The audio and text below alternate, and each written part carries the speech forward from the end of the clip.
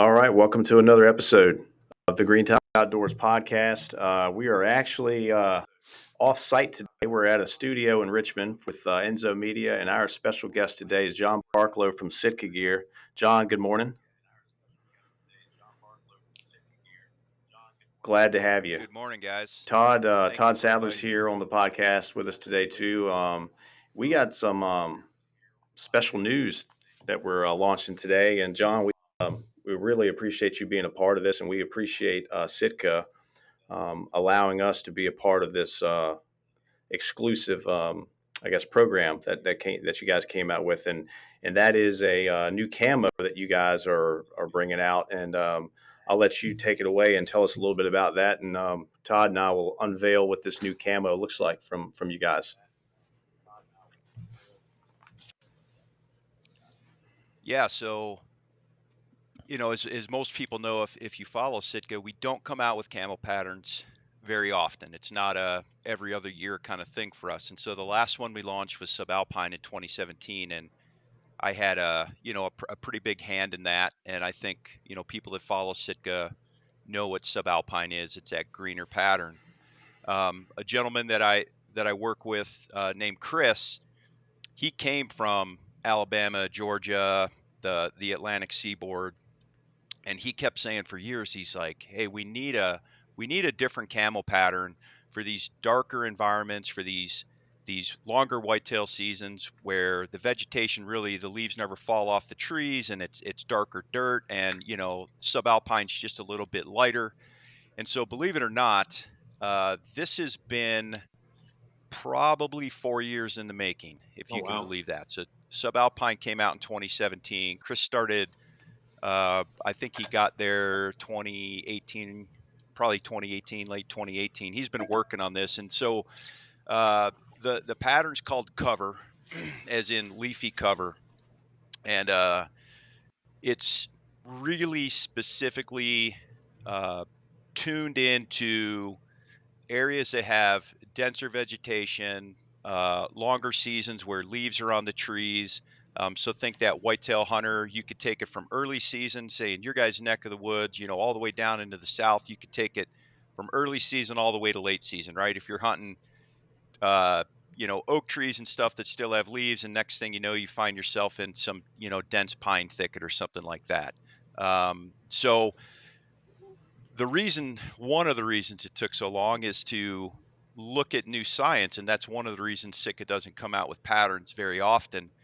We wanted to say, okay, what is the latest and greatest science of the white-tailed deer's eye, and how can we take what we've currently done in Optifade and make it even better, and then dial it in specifically for that whitetail hunter, kind of on, the southeast and up the Atlantic seaboard. And so that's kind of what we did. We worked with this Dr. Carl Miller, who some folks may have seen in some earlier videos we've done, but he's a retired now, 40-year uh, doctor of biology, I guess, but he's a deer scientist and he knows how deer see. And we worked with the University of Georgia Deer Lab. And so, in conjunction with those guys, they look at the deer's eye because you can't ask a deer what he sees, right? And so, we've gotten more and more and more information.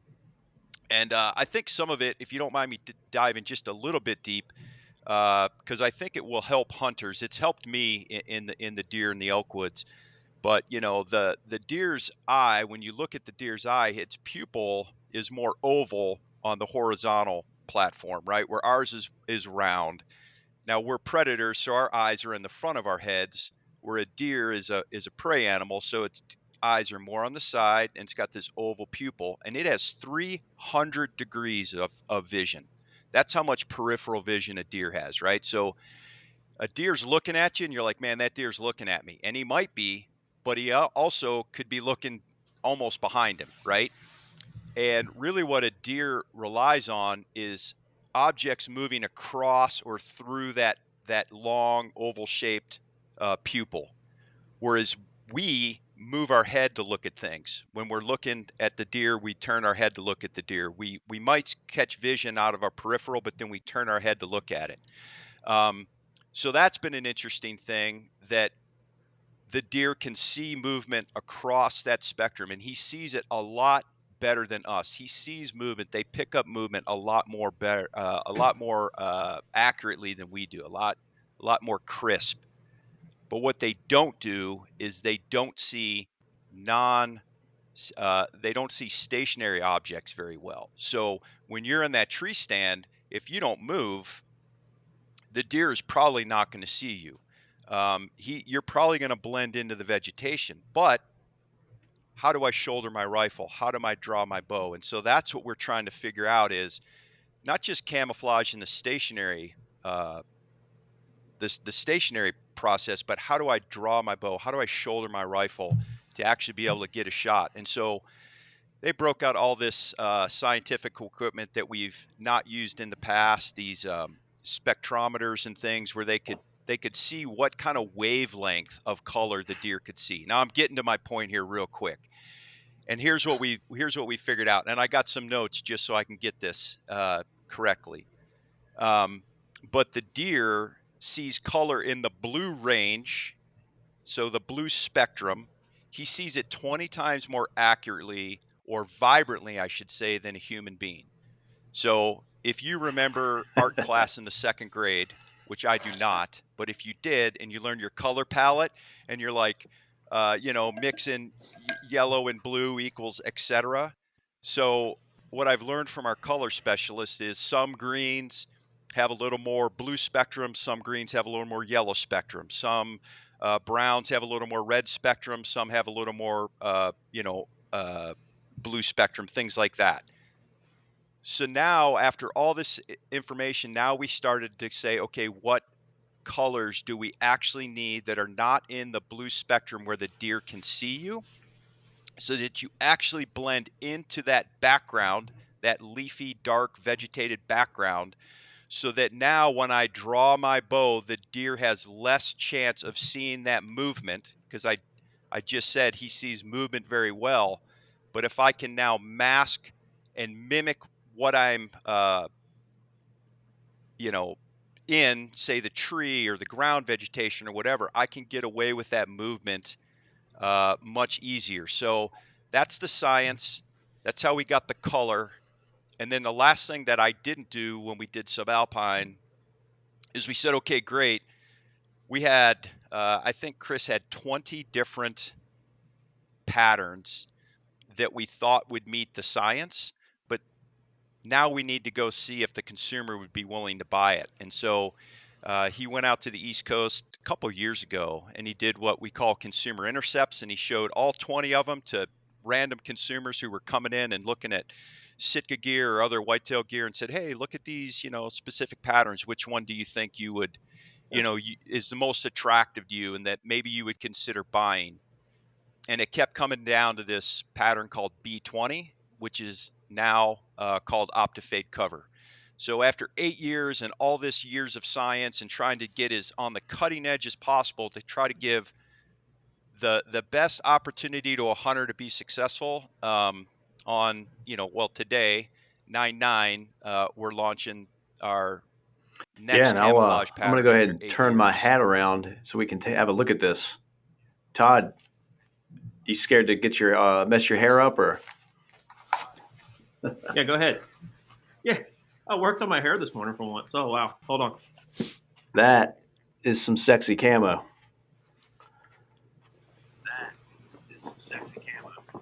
You It guys really did a is. great job. I mean, I the must admit. green in this is fantastic. And I think Todd's putting on one of the jackets. Oh, okay. Yeah, they didn't get me a dressing room. I'm doing the best I can. Oh, I Stratus got on jacket. Stratus. Yeah, which I tell you, all of it looks really good. Some patterns, I'll give you a little insider baseball. So the original Optifade pattern, which was open country, the gray pattern, Mm-hmm. I love that um, still. very, very, very difficult to print onto textile, and then very difficult for different textiles to look the same, a polyester to a nylon to a wool, etc. for whatever reason, cover has just done exceptionally well. And so when you see it on garment, when you see it in some of the ads that we've been putting out, like it just looks, I mean, sexy is the best word I can use. Like it just looks good. You want to come in, you want to touch it, you want to feel it, you want to see it. I think again, you want to blend into the environment you're hunting in. We're all out there to try to have fun, but we also want to be successful. And so part of that is taking every advantage you can. And I think that this pattern is going to help people be just that much more successful. And I'm really, really excited to see how it, works this fall and start getting some of that consumer feedback. And then, Yeah, I what mean, you we have in guys store for the future is going to be brought really cool to in see. this on pretty much all the systems that you do, and the lightweight stuff all the way up to the heavy stuff. So it's going to be a great opportunity for those um, early bow hunters to get this new camo and give it a good test when bow season opens up for us in Virginia here in October. So, um, John, you go ahead, Todd. No, I was just going to say the fact that you guys brought it in, kind of like the broad spectrum. You brought it in with so many of the different systems, so many of the different garments. It's perfect because of when we think of that hunting season, that whitetail season in Virginia, it is not uncommon to be in a stand opening day in Virginia, and you're sweating, and you're not walking, you're not doing spot and stalk, you're sitting in a stand sweating because it's 85 degrees on opening day. So because you guys brought this out on that broad sweep of different garments, that's going to allow that hunter in Virginia that's willing to jump into these systems. And we'll get into that a little bit more later as far as the systems and how they can be so beneficial. But it can truly take you from one end of the season to the next. And I know it's geared towards the whitetail, but also as a Virginia turkey hunter, I'm sitting here looking Yeah, at it good sexy. year-round I camo. can see this being pretty sexy in the turkey woods too in the spring. Yeah. Yeah, we don't want to give too much away, but I would tell you that Optifade cover is really like it's going to be the primary pattern for you guys in Virginia, all the way up to Maine, all the way down to Alabama into Florida, right? And depending on where you live and how you hunt, it like not only your primary pattern, it may be your only pattern, right? So you may hunt the first half of your whitetail season with this and then switch to elevated 2 because the leaves are falling off the Mm-hmm. trees. I used to live in Virginia, so the leaves are falling off the trees. You got a little skiff of snow on the ground. Now you got a firearm in your hand, whatever. But if you're in Alabama, you never lose that vegetated cover. And if you're up in Maine in those deep dark woods and you're spotting and stalking using a lever action, this might be the only pattern you need. So again, we really wanted to try to dial it in to the biggest consumer, hunting consumer, which is whitetail hunters. It's the number one animal pursued certainly in North America, and it's got a really long season. And so really Optifade cover is that is Sitka's answer to that consumer and say, hey, we understand you, we are you, here's kind of what you need to kind of So, tip the odds in your John, favor as much as what we possible. haven't gotten into yet is I've noticed you know a lot about this product. So, wanted to kind of get a little background on you. I know you've been with Sitka a long time, and you've got a pretty important position with them. Tell us a little bit about your past with Sitka, and kind of what brought, kind of the birth of Sitka too, the kind of story behind that, because we one of our biggest requests from our listeners and customers is to learn more about Sitka gear. It's an interesting product that we've sold for a very long time that has done extremely well. That it's got a lot of science behind it, and it actually requires a little bit of education to apply it. So tell us a little bit about Sitka gear and yourself, and what you do for Sitka.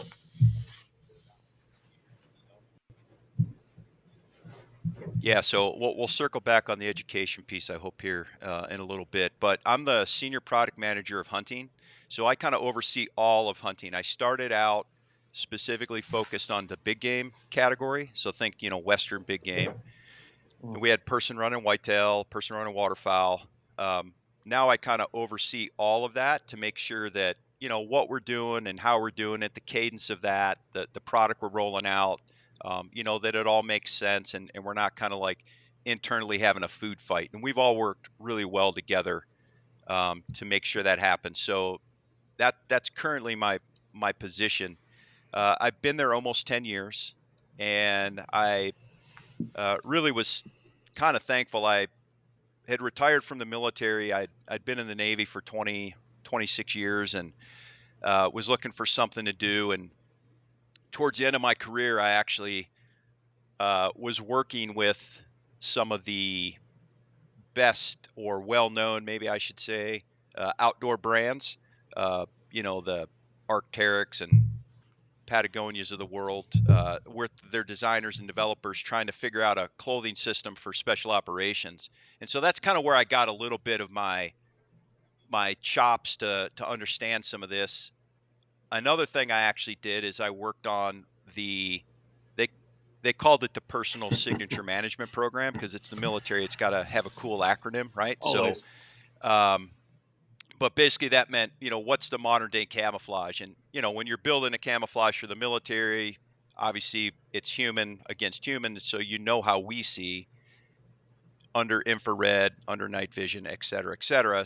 But believe it or not, a lot of the science carries over. So I didn't know I had this interesting pedigree, but I knew I wanted to get into the hunting industry.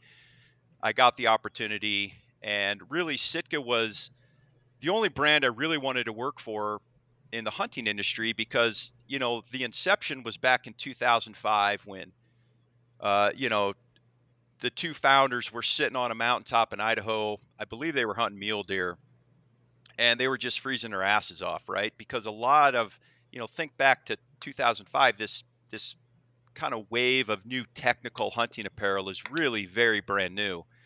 Um, but they're like, man, there's got to be something better. Why am I wearing a pair of pants from a mountaineering brand? Why am I wearing, a jacket from, an outdoor brand that doesn't even support hunting? Well, the reason they were doing it is because it gave them the performance they needed.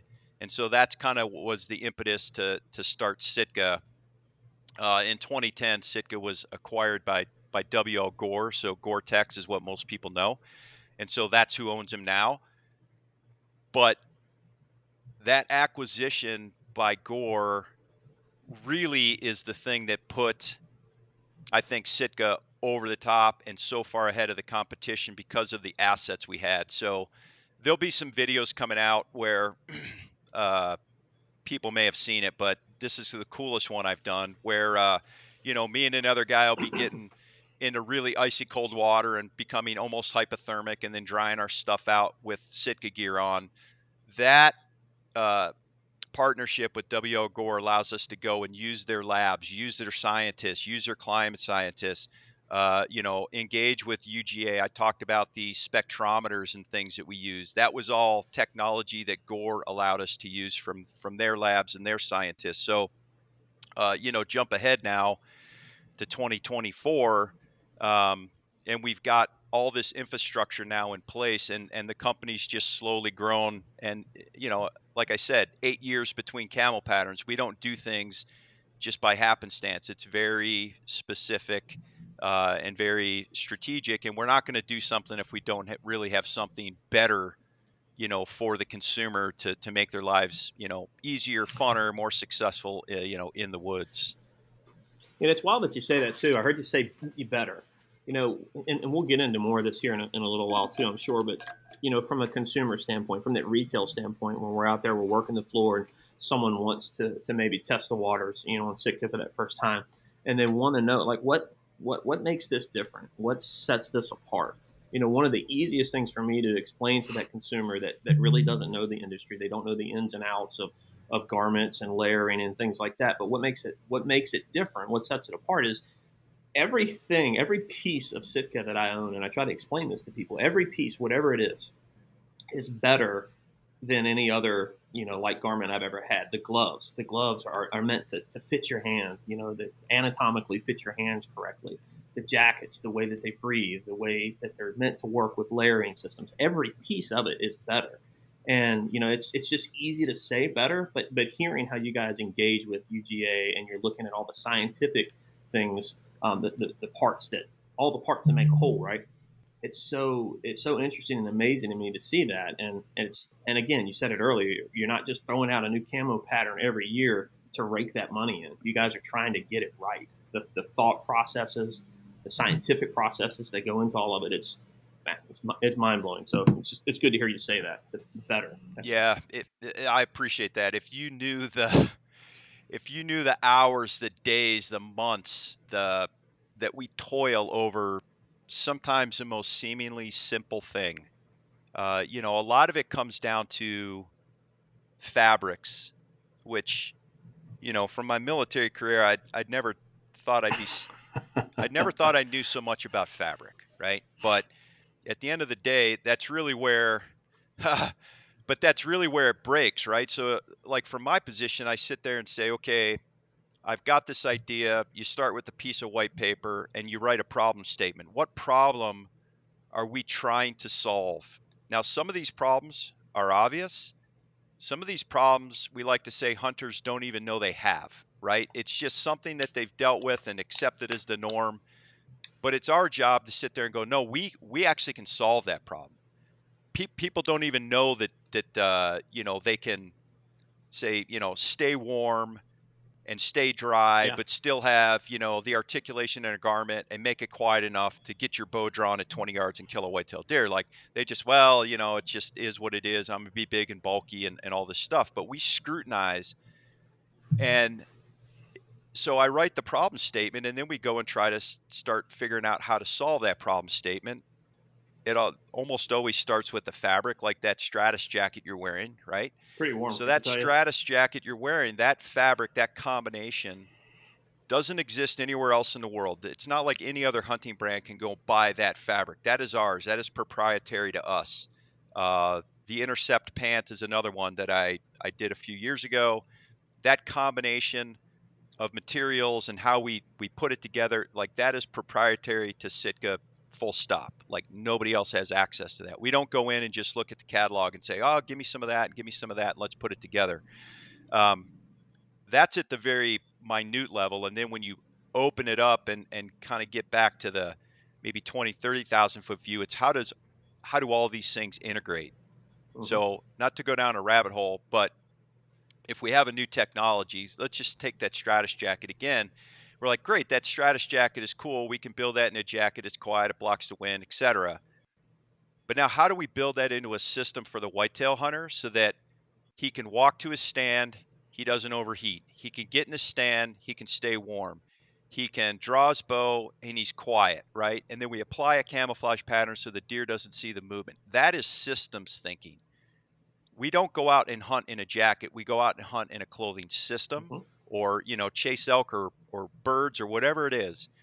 And so that's what we do, is to try to look at everything for that consumer as a whole, as a system, and say, okay, now let's go test it, which now the Gore Labs come in play. I can put it on a resting mannequin. I can put it on a walking mannequin that's got all these sensors. I mean, these mannequins are over $500,000 each. Ooh. And I can sit there and say, it's managing the moisture. It's managing the breathability the way they want.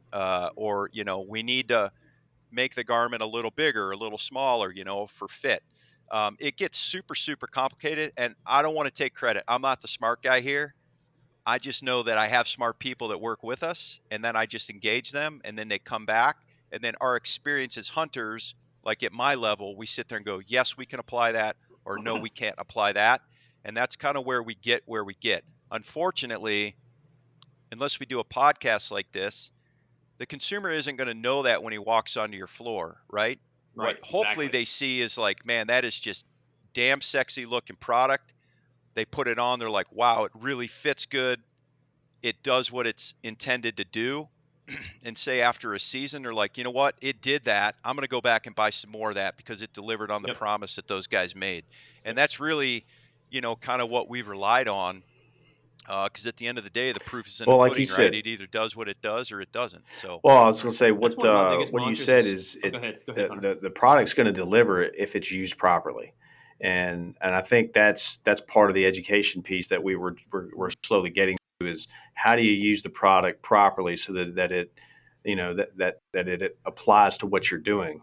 And I'm sure we'll get into layering here very soon because that's probably the most important part of the conversation. But go ahead, Todd. No, I was going to say one of my biggest mantras is you don't, and I'd probably overuse it, but you don't know what you don't know. And when a customer comes in, when that person comes in and they don't know, and they see that great looking jacket, they see that awesome looking pant, and they're willing to try that. They don't know yet, but they will soon. And that's kind of what started me into the whole process. Waterfowl is where I started with Sitka. I think I brought the wading jacket. That was the first thing I bought. And I remember being out there on a hunt. It was an early season hunt, and it was pouring rain, and all of my guys were soaked to the bone. And I'm the only one there that had a square inch of anything dry on me. And in that season, I fell in love with it that season. And it went from, the jacket to the gloves, to the base layers. I think from there, I got into the waders themselves. And then from there, I jumped into the whitetail things as far as like the elevated patterns and then turkey. And then I got a buddy that started dragging me out west into Mexico, chasing elk. And it's like potato chips. Once you have one and you know how well it works, and you live it and you feel it, and you're not the guy that's freezing. You're not the guy that's soaking wet. You're not the guy that's soaked to the bone with sweat because you just, you hiked in 6 miles, out in the Rockies. When you see the performance and you use it properly, again, you use it properly and you have an understanding of the systems and how they work. Oh man, it's unreal. So yeah, that's right. You don't know what you don't know, but once you know, you'll come back for more. That's what we found. Yeah, like I said, we are going out there to have fun, right? And we want to be successful. And I don't care how you define success, shooting birds, killing a deer, or just, having a great evening and watching the sunset, whatever it is. When you think about, say, waterfowl hunting, right? Water is in the name. Okay. So the some of the worst environmental conditions are the best bird hunting. Like, we will go lay in goose fields, cut cornfields for geese when it's -20 out, -30, right? What does it Like, say about us? what idiot would do that, right? But we do. And when you do that, you want to be as warm as possible, and you can actually enjoy yourself, and people don't understand that. When it comes to whitetail hunting, think about that. We're going to go walk into the woods, climb a tree or climb in a blind, and we're going to sit stationary. You can't move. You can't make noise, and you have to stay warm, right? Depending on, what time of year it is. And then you have to get drawn or shoulder your gun at very close range and try to kill this deer. That's, highly, highly super tuned to everything around them. It's kind of really a ridiculous pursuit, right? But that's the pursuit. So let's try to figure that out. I'll give you a quick story. So for 3 years in a row, I had this lease in Missouri, northern Missouri, right on the Iowa border with 2 other buddies, 2 guys from the Navy. And I grew up in Ohio. I'm a whitetail hunter, but I'm not a good one. And I was a really horrible one for a long time. And the reason was because I didn't understand that I just had to put time in the woods, and time in the woods eventually, will yield an opportunity. Well, so for 3 years in a row in Missouri, I was the only one killing bucks on this property. And my buddies are telling, they're like, well, you're not smarter than us and you're not tougher than us. So what is it? And I'm like, well, I might not be tougher than you, but I actually am smarter than you. And I was the only one wearing Sitka gear. And they're like, how are you able to go out every day and sit from dark to dark with, 5 layers of clothing on when we have 9, 10, 12 layers of clothing on? We're freezing our asses off. We can sit the first 2 hours of morning and the first 2 hours of dark. Well, those 3 years I was killing deer. I killed bucks, mature bucks, in the middle of the day. Between noon and 2 o'clock in the afternoon, I was killing my deer.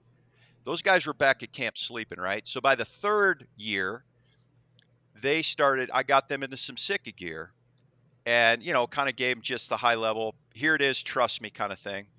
And that year, all 3 of us killed bucks. And all 3 of us, if we chose to, were able to sit all day, right? And so that's where the system comes into play, and systems thinking, and people are like, man, your stuff is expensive. And you know what it is? I'm not going to shy away from that. But what I tell people is it's an investment. It's an investment in your hunting future. And if you're really dedicated to going out, you bought the bow, maybe you got a lease, you're spending money on gas, you're taking time away from your family, you're burning vacation days. Like, I want to stack as many odds in my favor as possible. And so part of that is the clothing. And not to jump on a soapbox, but I will tell you, from the first time a caveman put on a loincloth, humans have relied on clothing to explore the entire world and even space, right? To the bottom of the ocean, out into space, and then every place in between, we've relied on clothing. And so that clothing is really your protection from the elements, and it allows you to go out and do whatever you want to do. And so I think that we need to just spend a little bit more time on that and understand that, okay, this is my first line of defense. I need to make sure that I'm investing in that first, because if I don't do that, I'm never going to get to shoulder the bow or shoulder the rifle or shoot the bow, because I'm not going to be there to see that animal, Yeah. come in front of me. Yeah, it's so funny you say that about that lease that you had out there too, because it's when I think about going back and the guys that I hunt typically throughout the waterfowl season. That first year that I show up with a Sitka jacket, of course I'm the one that they're all busting my chops. Oh boy, high roller, all that.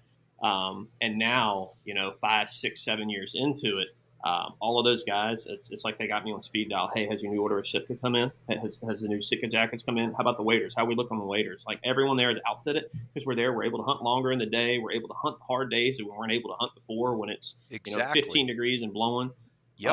So it's just amazing to watch that evolution. Is once they saw how it worked, how well it worked, and they were able to enjoy themselves in those elements. Yeah, we live in the they golden wanted- age right yeah, now moved for there. hunting, in my opinion, because comfort sells. I mean, hunting blinds are big, but the apparel portion of it, just the science and the technology behind what you guys do, um, hunting and comfort is important because nobody wants to be cold. Nobody wants to be wet.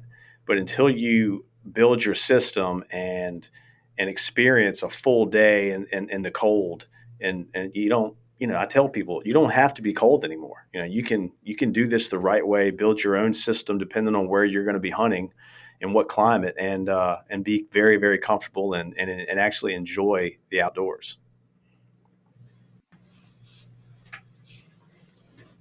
Yeah, no, 100%. Nobody likes being cold and wet, and for the most part nowadays, if you don't want to be cold and you don't want to be wet, you can get around that. And if you get a little cold, you can warm up, and if you get a little wet, you can dry out. Yeah, So, that's so what John, technology's if allowed us to do. for the average person that might walk in and want to, they know what Sick is about, or they understand there's a system, but they want to understand it better so they can build out their own system. Where would you start with somebody like that?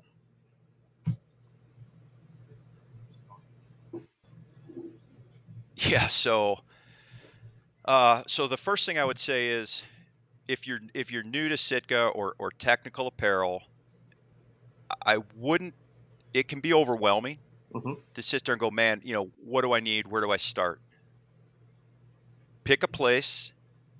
A lot of times it's outerwear. So say that Stratus jacket you're wearing, and say, okay, I'm going to start there, and then over time, could be a couple seasons, couple years, right? I'm going to eventually build out a system. And I think that's the best approach.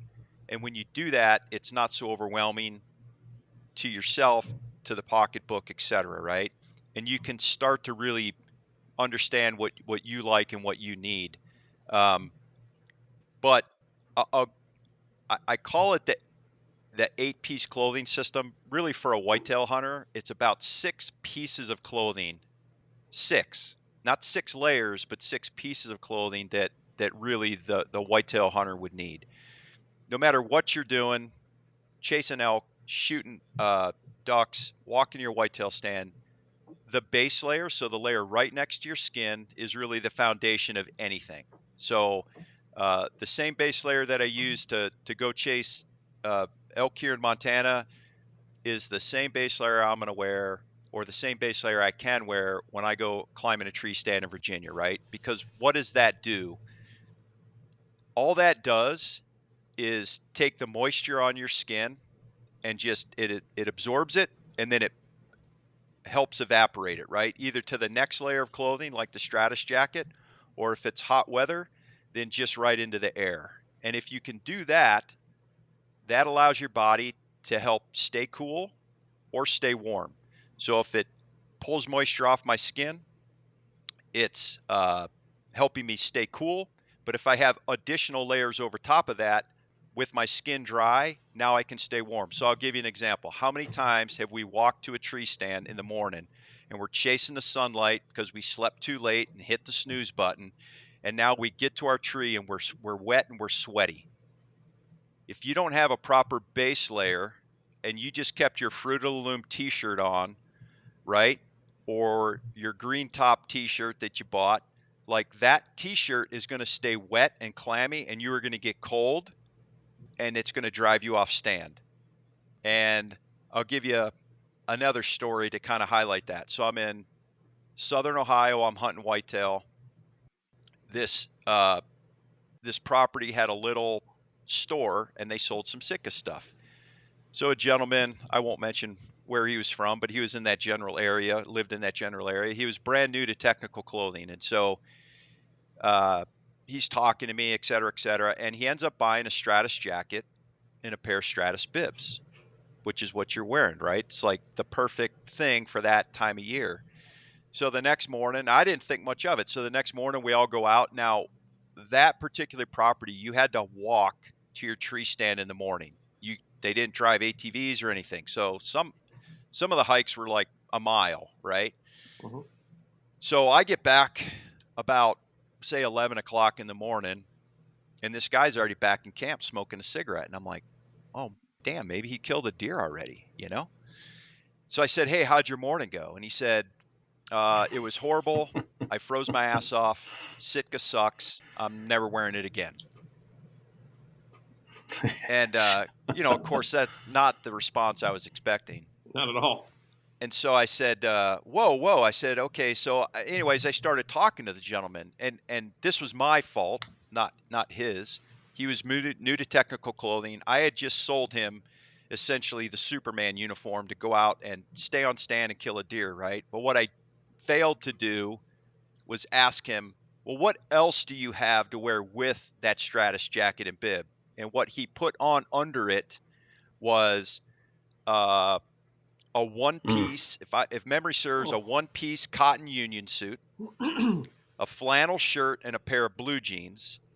Then he put the Stratus on top. Then he walked to his tree stand in the morning. By the time he got there, he was completely sweated out.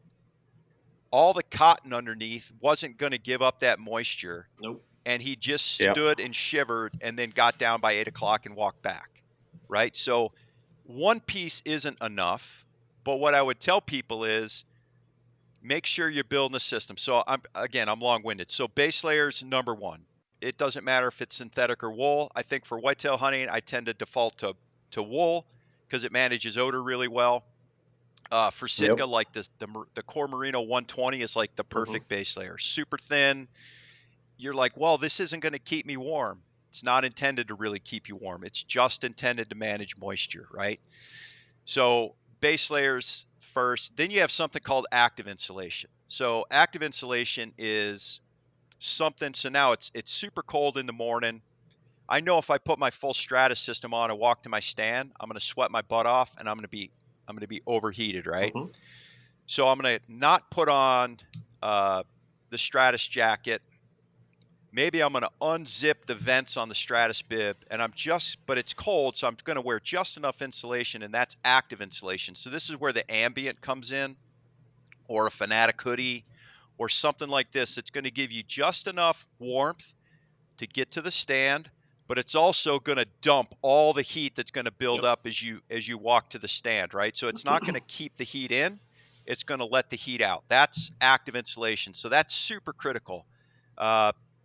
When I drew my Iowa whitetail tag, it's probably 4 years ago now, we were testing the ambient, and I was riding an e-bike a couple miles in, and then from there I would hike. It depended. It was anywhere from 400 yards to almost a mile, right, to get to a stand. So I was generating heat, right? And this was in the morning, the evening, if I wasn't sitting all day. And I would just wear a Stratus bib, unzip the zippers. And then when I would get there, I had that a prototype of the ambient hoodie, the ambient 100 hoodie I had on. And I ended up killing the buck wearing that exact combination of things. I never had to put on the jacket at the time, but I had it. But that's what active insulation does. It allows you to stay warm, but also dump the heat. So then that's 3 and 4. Depending on what you're doing, you might put on a pair of pants. So think of just trying to think Equinox pants or something like that. So if it's cold but not super frigid, and I know I'm going to sweat, I'm going to have my Equinox pants on, my base layers, top and bottom, and my ambient. I'm going to walk to my stand in that. I'm going to carry my Stratus. When I get to my stand, so that's going to allow me to bust brush, not pick up a lot of briars, still stay quiet. If I'm sitting all day in the heat of the day, I can strip back down to that Equinox pair of pants, right? But when I get to my stand, now I'm going to put on my Stratus jacket and bib. So that's piece 5 and 6. What is a Stratus jacket? It's wind stopper, so it's going to block wind. Oh, It's the single biggest thing people overlook. yeah. If you can block the wind and cut down convective cooling, because it's always windy in a stand, right? Even 5 miles an hour standing still is going to make you cold. It's got wind stopper. It's got a little bit of fleece inside for warmth, and then it's got fleece on the outside for that dead quiet performance. And then we apply something like cover, and now you have your camouflage. I always do a bib and a jacket if I can. I think those are the best combination for me because I can mix and match. But I can hunt in that system here in Montana into quite cold temperatures where other people are like completely bundled up because I've got those 6 pieces working together, and all they're trying to do is manage my moisture and just pull it away from me and push it out through the system and then block all those exterior forces, wind.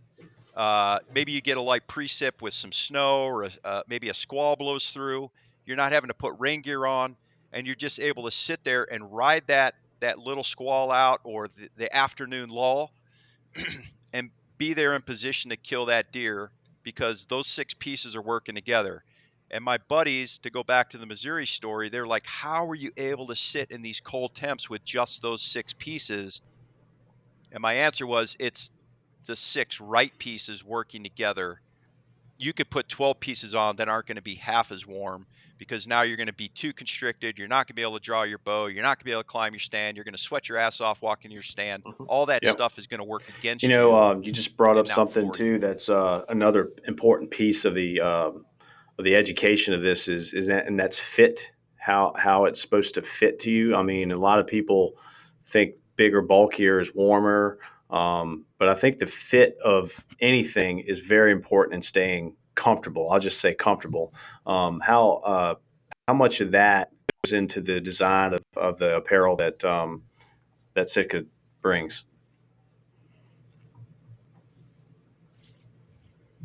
Yeah, a lot of time, a lot of money, a lot of scrutinizing. Matter of fact, I'm at home this morning. I'm going to the office this afternoon, and we are literally going to fit for like 3 hours this afternoon just for some big game products. We are going to do a fit session where we dress in a system and make sure that these new products, this is for fall 25, actually fit the way we intend them to fit.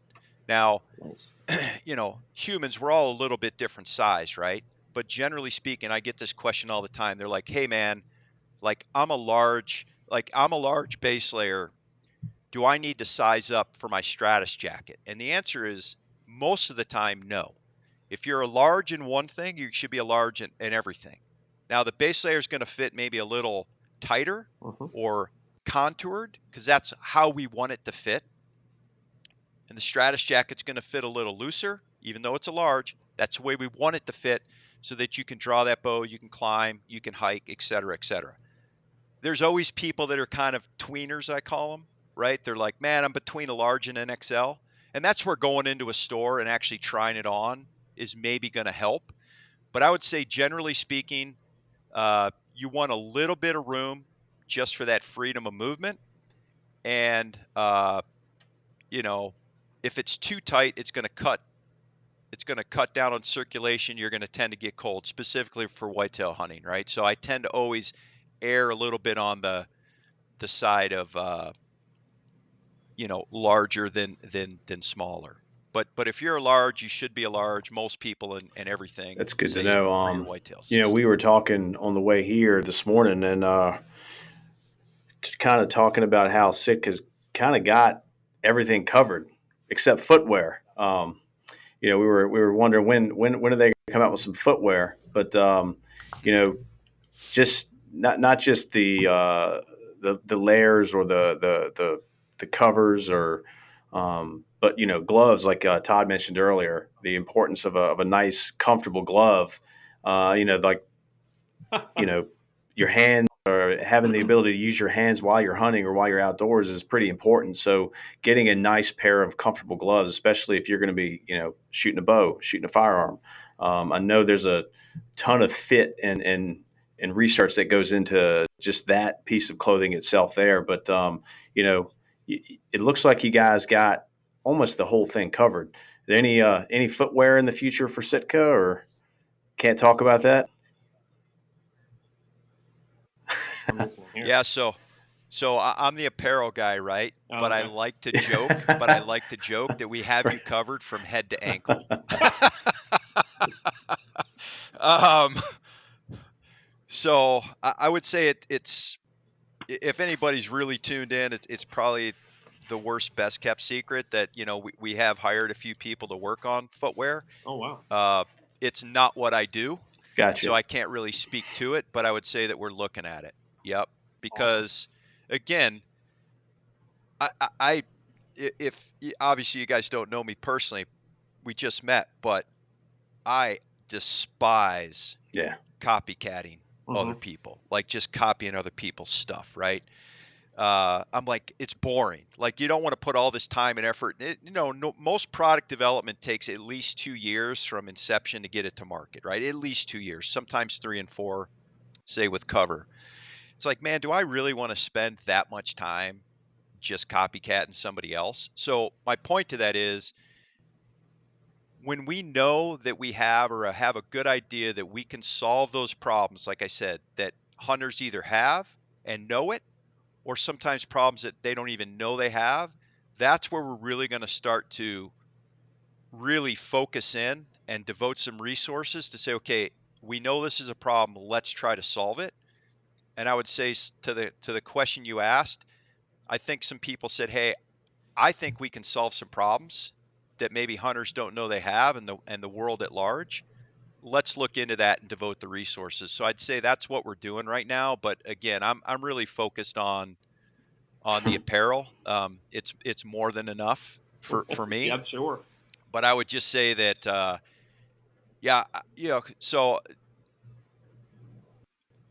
I when I say Hunt is almost done with the product developments for fall 2026. Got them in the field, got them tested, feeling really good, putting, dotting I's, crossing T's all the way out to 2026. So we're working years ahead. Awesome. I would say at least through 2026, I am more fired up about what Wow, Sitka has that's coming good to out hear. than ever, and I've been here almost 10 years. And That's 2020 exciting. and 2027 is shaping up already. Believe it or not, I'm working on fall 27. That's shaping up to be a pretty doggone big year as well. And that's just what I deal with. That's not even what the rest of the company's working on. Oh, So wow. some exciting stuff. I think we've all, when I say we, like the industry, the manufacturing industry, certainly the apparel industry, COVID was tough. And where a lot of brands were retracting or holding, they weren't doing a lot of product development. Maybe they were cutting some staff or putting people at halftime. I would say that what Sitka did is we felt confident enough in ourselves that, no kidding, we doubled down. And so we kept working with the factories. We kept working on product development. Yeah, some things maybe got delayed, like cover. But now we've got this I don't want to say backlog necessarily, but we've got all this stuff that we've been working on that's now going to start rolling out in the next couple of years, all because of kind of that downturn in manufacturing, Asia, Central America, where we build a lot of our stuff. Yeah, it's And exciting, now man. we're able to It's like good to know turn y'all it are back on. years ahead like that, and I think we've always we've all been excited about this cover because we found out about it being exclusive earlier this year, and we've been pretty pumped up about it, and being a part of it's is just we really appreciate Sitka allowing us to be a part of it. Um, you know, everyone kind of has one of the big topics we always joke about at work is what's your favorite piece of Sitka? Um, it's so many good ones, and Todd knew I was going to ask this Oh yeah. question. I mean, one of my guys, our head archery tech, bow tech, Billy, his favorite is the underwear, and he tells everybody you got to buy the underwear. It's the best. Um, but I guess I'll start. No, it's not. He's dead serious. It's not even a joke. No. My first trip to New Mexico, I'm like, all right, what do I need? He's like, the first thing you need to do is order some of the underwear. No, it's fine. John, what it's All right, go probably ahead. a I'm tough sorry. one I to cut you ask, off. but what's your favorite piece? Sure. Well, before I answer that, could I go back to the underwear? Yeah. So, going back to that story of the guy in Ohio who bought the Stratus and put it over top of blue jeans and a flannel, uh, and Yeah. understanding that you can take several years to build out a system, right? Don't Mm-hmm. feel like you have to do it all. So I get questions all the time. They're like, "Hey man, you know I've got this much money, and I want to buy my first piece or two of Sitka gear. Where do I start?" And I always ask them, "Well, what do you have right now?" And if they have Fruit of the Loom underwear, then I'm like, okay, you can buy a Stratus jacket, but if you don't buy the Merino 120 or Mm-hmm. Merino 220, then you're not going to get the full performance, right? So you should start there. But if somebody comes in and say, well, I've got brand X or Y of a pseudo technical, not cotton base layer, I'm like, you know what? Let's save your money That'll there work. and let's buy the Stratus jacket first, and eventually, over the next 2 or 3 years, we will get you built in that 6-piece whitetail system, and you will understand exactly what a full technical clothing system will do. But I think people are like, man, I don't have the money to buy the 6 pieces, and so they don't buy any. And I would say, no, let's see what you got, and then let's buy a layer or two. So that's kind of the segue into. Let me break it down by. I'll tell you my favorite: whitetail, big game, and waterfowl pieces. Um, so big game, because that's where I started, and I'm an archery hunter almost exclusively. Uh, the Intercept pants is my number one pair of pants, Unreal. and then I'm a huge proponent of the Ambient 100 hoodie.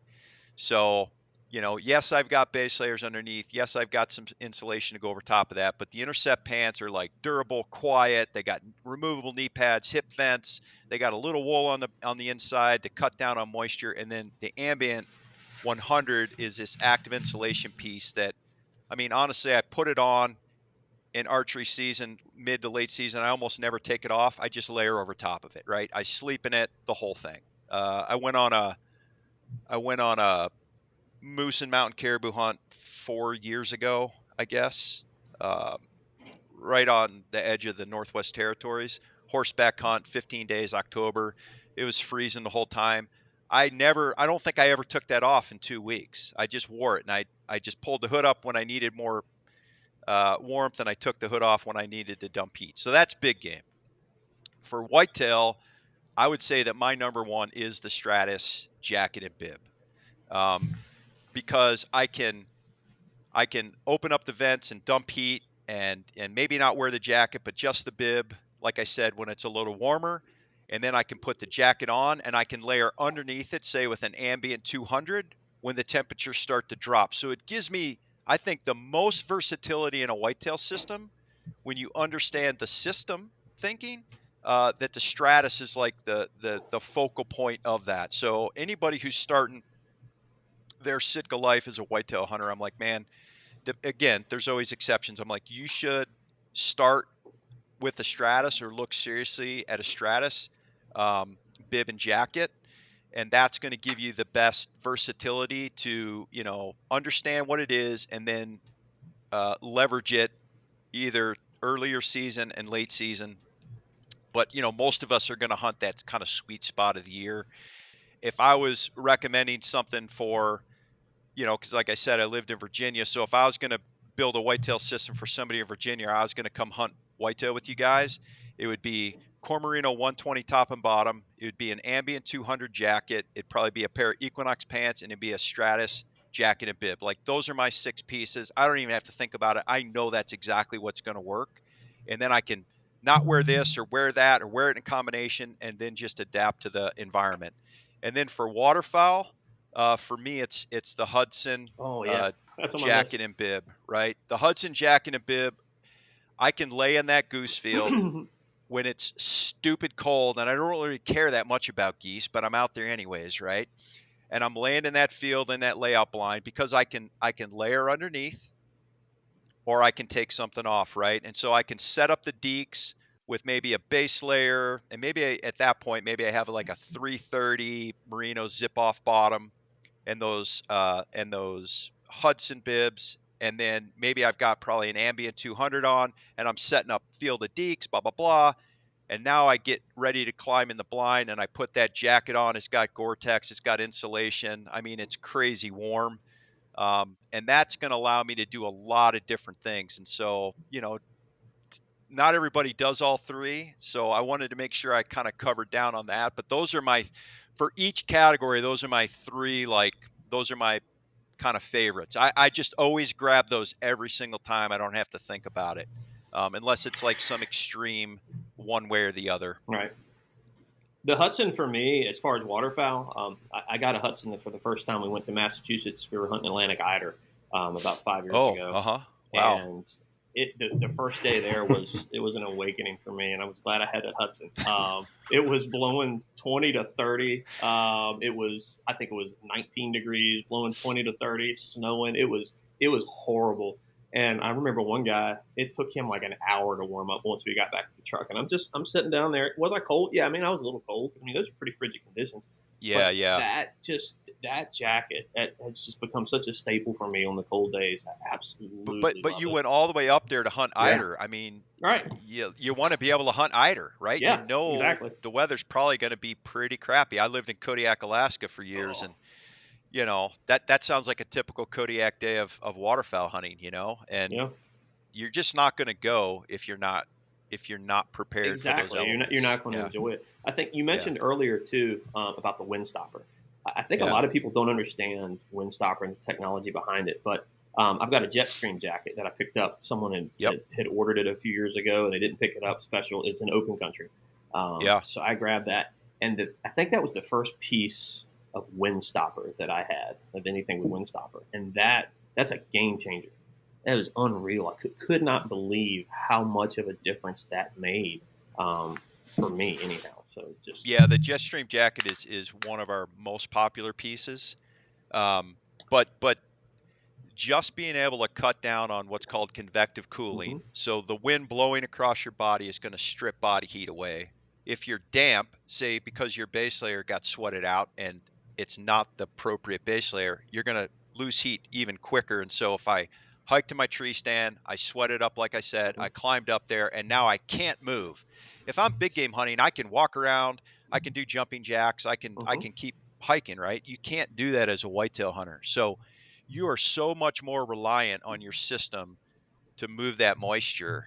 But being able to cut down on the wind, because people are like, how do I stay warm, but also stay mobile enough, to climb, to shoot, and do all those things? And I'm like, the solution is Windstopper, and hmm we've got a lot of different solutions. Like I said, Stratus is one of them. But to me, Windstopper is so critical that when I'm going to go on stand and it's going to be windy, I actually will wear oftentimes 2 layers of Windstopper on my upper body. Okay. So we used to have a Windstopper vest, so like a Jetstream vest. I will hmm wear a Jetstream vest over top of a base layer, hike to my stand like that, and then put the Stratus jacket over Okay. top for that double layer of windstopper on my core. That's how important I think windstopper is. And when you do that, you get that benefit of warmth without the penalty of bulk. Right. And that's what we're looking for, right? You don't want to be big and bulky and not be able to do anything. You still need to be athletic Yeah. and and hunt. And I think my third favorite, you were talking about, you threw three, and it's like, how do you choose? Like, how do you choose? And if Hunter, if my wife ever sees this and has any idea how much Sitka I have, then I'm gonna blame you.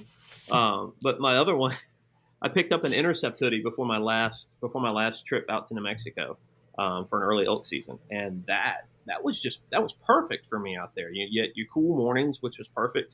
I felt like, and maybe I'm wrong, but I felt like it pulled that moisture away from me. Yep. It felt like it kept me from getting cold, but it also kept me from overheating. As the sun got up, and as those temperatures jumped up into the mid to upper 70s throughout the day there. So I think that for me, that was a game changer for me out there. The Jetstream and then the Hudson. Those are my three favorites. Yeah. So that intercept hoodie's it's a 220 weight midweight merino. So it's that perfect tweener for like what you're describing. Yeah, like where it's cool in the mornings, but it doesn't get crazy hot in the afternoon. It's got a broad temperature range that Yep. that allows you to. Who Right. wants to stop and like constantly be putting on and taking off clothes? Like No, nobody. It's a pain in the butt, right? Nobody wants to do that. So I will say I'll just talk about the Stratus today and the fact that It's fair game, I don't man. know that you're getting this back, Hunter. Yeah. John, we really appreciate you doing this today and letting us have you on the Green Top Outdoors podcast. We also appreciate the being a part of Cover. This is I'm sure it's a big launch today, and it's an exciting time for anybody that's looking for some new Sitka gear. Anybody that at Green Top that gets to sell this too, because not everybody's going to have this across the country. But thanks for thinking of us um, hunters on the East Coast, because this is it looks like it's a perfect type of camo, and but it's not all about the camo. I mean, you guys aren't a camo company. You guys are an apparel company and a gear company, and we appreciate the quality of the product and the performance that you guys bring. I mean, and the innovation is continuing. I'd love to hear that you guys are years ahead, and I'm excited, probably just as much as you are, to see what's next for you guys.